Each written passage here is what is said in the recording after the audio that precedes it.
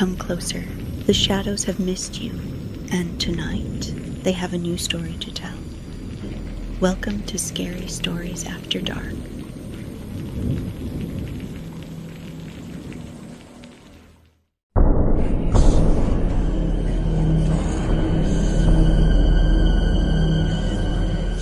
The work order said routine maintenance. That word, routine, was what kept Eli Mercer calm as he climbed down the ladder and into the sewer's throat, boots ringing dully against metal rungs slick with condensation. He'd been doing this for 12 years. He knew the smells, the sounds, the way the dark pressed close without actually touching. Tonight felt the same. Mostly. Water trickled somewhere ahead, slow and steady, but the echo came back wrong. Flattened, as if the tunnel swallowed sound before it could return it. Eli frowned, adjusting the strap of his headlamp. The beam cut a narrow cone through the darkness, catching rusted pipes and slick concrete walls furred with moss. Probably pressure, he muttered, more to hear a voice than to explain anything. He stepped off the ladder and into ankle-deep water. Something shifted beneath the surface. Not fast, just a subtle displacement, like a body turning over in sleep. Eli froze. Rats did that. Big ones sometimes. He reminded himself of that as he crouched to inspect a valve, wrench clanking softly against the pipe. The sound echoed. Behind him. Eli straightened slowly. The air felt thicker now, warmer somehow, carrying a scent he couldn't place. Metallic and sour, layered beneath the familiar rot. His light flickered once, just a blink, long enough to make his chest tighten. "Hello?" he called, instantly regretting it. The water rippled again, this time closer. A scraping sound followed. Nails, maybe, dragged deliberately along concrete, not skittering, not hurried. Curious, Eli backed up a step. His heel slipped. The wrench fell from his hand and splashed into the water, the noise sharp and final. He turned to run. Hands rose from the dark. They were wrong. Too long, joints bending where they shouldn't, skin pale and stretched tight over bone, fingers curled over the edge of the tunnel, gripping with practiced ease. Eli screamed as something slammed into his back, knocking the air from his lungs. His headlamp spun wildly, catching a flash of eyes. Yellow, unblinking, fixed on him with awful focus. The scream cut off. Minutes later, the tunnel was quiet again. Water flowed on, washing red into the dark. Eli's helmet bobbed once, then drifted until it struck the wall and tipped onto its side. The light flickered, then went out. Above, Nethertown slept, perfectly unaware of what stirred beneath its streets.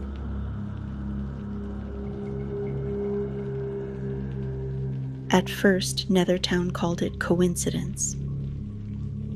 A jogger didn't return from his usual evening loop. His phone was found the next morning on a park bench, earbuds still plugged in, playlist paused mid-song. Police assumed a mugging. There were no signs of a struggle, but that didn't stop people from nodding, relieved to have a word for it. Then a woman's dog came home alone. It trotted down Willow Street just after midnight, tail low, Fur matted and darkened along its chest. It whined at the front door until a neighbor opened it and screamed. The dog wasn't hurt, not a scratch on it, but there was blood tangled in its coat. Not its own. The owner was never found. Flyers appeared on telephone poles, stapled crookedly, corners already peeling in the damp summer air. "Have you seen?" became a familiar phrase.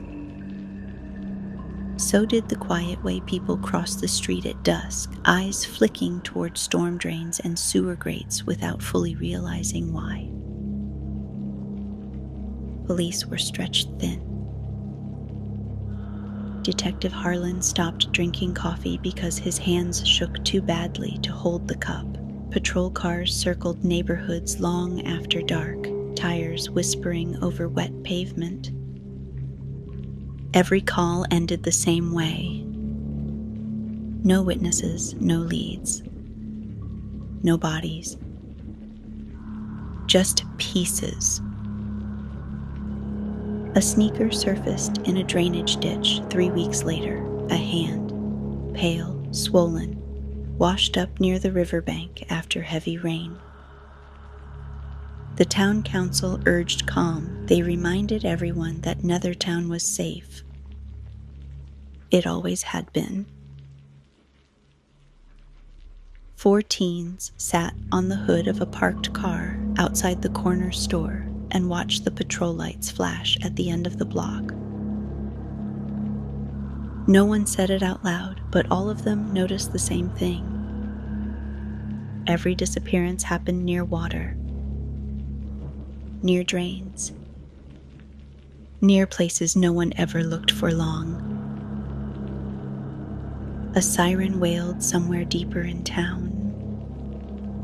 The sound echoed strangely, bending as it passed over metal grates embedded in the street. Below them, unseen, something shifted and listened.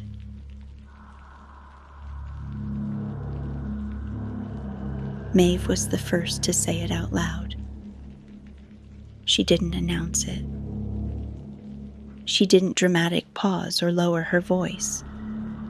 She just said it one afternoon while they sat on the bleachers behind the high school, watching rain collect in shallow puddles along the track.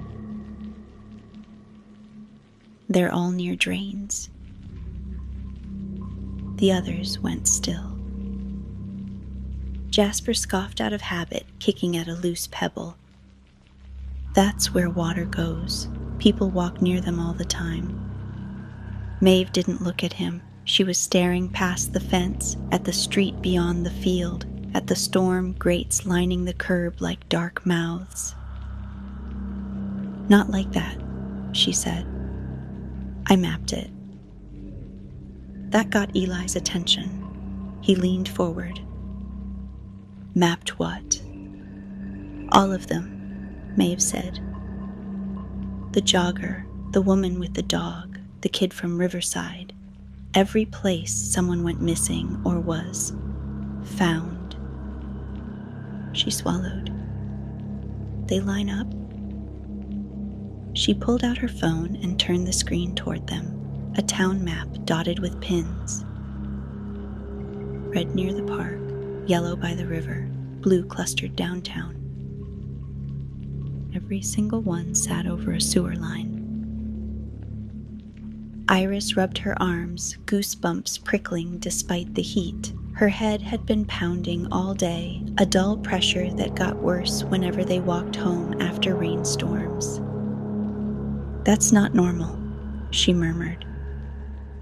"I feel sick every time we pass one, like the air's heavier." Jasper opened his mouth to joke, then stopped. Across the street, a maintenance truck idled near an open grate. A worker leaned over the edge, peering down. The metal cover rattled softly in the breeze. "Does anyone remember them fixing this many drains before?" Theo asked. No one answered. That night, Maeve lay awake, listening to water move through the pipes beneath her house. Not rushing, not dripping. Breathing. Her phone buzzed at 11:47 p.m. A message from Rowan. I think I found something. I'm by the old storm tunnel near Ash Street. Come look. Maeve stared at the screen, dread blooming slow and cold in her chest. Down the street, a sewer grate shivered, and something beneath it paid attention.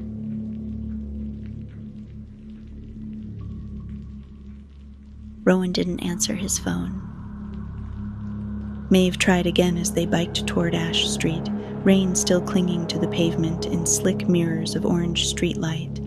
Each unanswered ring tightened something in her chest. Iris rode beside her, quiet, one hand pressed to her temple. Jasper followed, jaw set, jokes forgotten. Theo pedaled hard at the back, eyes constantly scanning the curb. The storm tunnel sat at the end of a dead street, half hidden behind weeds and a sagging chain-link fence. The grate covering it was pushed slightly askew, one corner lifted just enough to leave a black gap beneath. Maeve's phone buzzed once more. Delivered, still no reply. Rowan? Jasper called, hopping off his bike. His voice echoed too sharply, swallowed by the tunnel's mouth. They approached together. The air near the opening felt damp and warm, carrying that same sour metal smell Maeve had noticed all over town lately. Iris gagged softly, stumbling back a step. I don't like this, she whispered. Something's wrong. Maeve crouched, shining her phone's flashlight into the gap. Water trickled below, slow and deliberate. Something glinted near the edge. Rowan's phone. It lay face down in the shallow flow, cracked, its screen still glowing faintly. Maeve reached for it, fingers brushing cold metal. The water rippled. She yanked her hand back just as the grate shuddered violently. A sound came from below. Not a growl, not a scream, but a wet, eager inhale. Jasper grabbed Maeve's arm and pulled her away as something struck the underside of the metal cover hard enough to make it ring. They ran. They didn't stop until they were blocks away, gasping beneath a streetlight that flickered like it might go out at any second. No one spoke. They didn't need to. Rowan was gone. The next morning, the police told them he'd probably fallen in. Accidents happened. Storm drains were dangerous. They suggested waiting. Maeve nodded and agreed. But that night, they sat in Eli's garage, Rowan's phone between them, listening to the last voice memo it had recorded. Static. Breathing. And Rowan whispering, terrified. They're watching me. The recording ended abruptly. Maeve closed her eyes. They weren't waiting anymore. They were going down.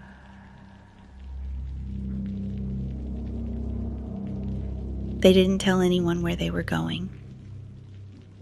Maeve told herself it was because no one would believe them, that the police would shrug and warn them again about storm drains and trespassing. But the truth sat heavier in her chest. If they said it out loud, it would become real in a way she wasn't ready for. The access tunnel behind the abandoned pump station yawned open like a wound. Rust flaked from the ladder as Theo tested it, one boot on the first rung, listening. Nothing. Just water moving somewhere far below. "I'll go first," he said. Iris shook her head immediately. "No, we stay close. No gaps." Jasper snorted weakly. "Look at us, Scooby-Dooing our way into a sewer." No one laughed. The air grew thicker the farther down they climbed, warm and damp, pressing against their lungs. Maeve's flashlight beam skimmed over concrete walls etched with old markings, symbols that looked less like graffiti and more like scratches. Iris paused, hand braced against the wall, breathing shallow. "They're here," she whispered. "I can feel it." The tunnel opened into a wider passage, water flowing knee-deep and slow. Too slow. Their footsteps echoed, but sometimes the echoes came back late. Sometimes not at all. A sound carried through the dark. Not footsteps. Something dragging itself. Theo raised his light. Yellow eyes blinked open ahead of them, then vanished. Another set appeared to the left, then another farther back, just beyond the reach of the beam. "Don't stop," Maeve said, voice tight. "Don't run." The tunnel forked. Something splashed behind them. Jasper was yanked sideways so fast his scream barely registered before he vanished into the dark. Iris shrieked, stumbling, clutching Maeve's arm as something surged from the water and wrapped around Theo's leg. Claws bit deep. Theo roared, grabbing the wall as Maeve slammed her shoulder into him, dragging him free. They ran, blind screaming, water churning around their legs as breath hissed and claws scraped just out of reach. Behind them something laughed. Low, wet. Patient.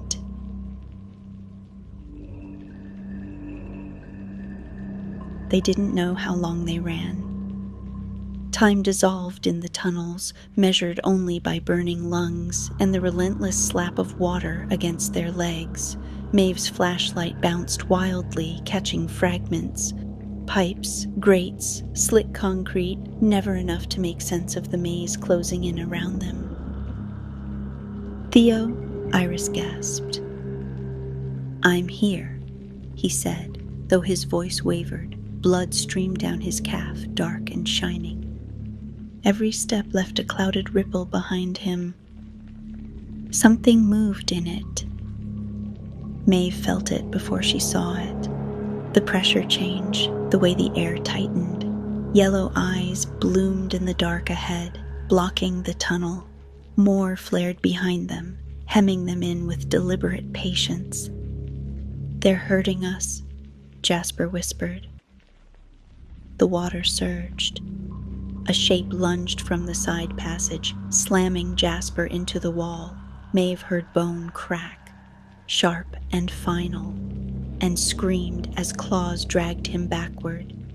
Jasper thrashed, fingers scraping concrete, his face twisted in terror as hands closed around his ankles. Theo didn't think. He ran. He grabbed Jasper's wrist and pulled with everything he had, muscles screaming as Iris joined him, nails digging into Jasper's skin. The thing holding him hissed, angry, wet, and tightened its grip. Jasper screamed again, sound tearing itself raw as his body slid inch by inch toward the dark. "Let go," Jasper sobbed. Maeve slammed her flashlight into the creature's face. The beam caught yellow eyes, wide and furious, and a mouth opening where a mouth shouldn't be. It recoiled just long enough. They hauled Jasper free. They ran until the tunnel narrowed and spit them out through a maintenance hatch that burst open beneath Theo's shoulder. Cold air rushed in, sharp and clean and wrongly normal. They collapsed onto gravel behind the pump station, sobbing, shaking, clutching each other as the hatch clanged shut. For a long moment, nothing happened. Then, softly, scratching came from below. Not frantic, not angry, waiting. Jasper's leg was mangled, claw marks deep and livid. Iris stared at them, trembling. "They didn't want to kill us," she whispered.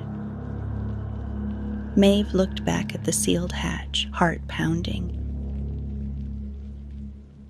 "No," she said.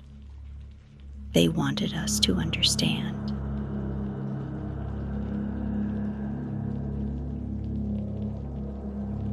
Nethertown went quiet after that. The police called it a closed case, an animal attack, a tragic accident made worse by trespassing.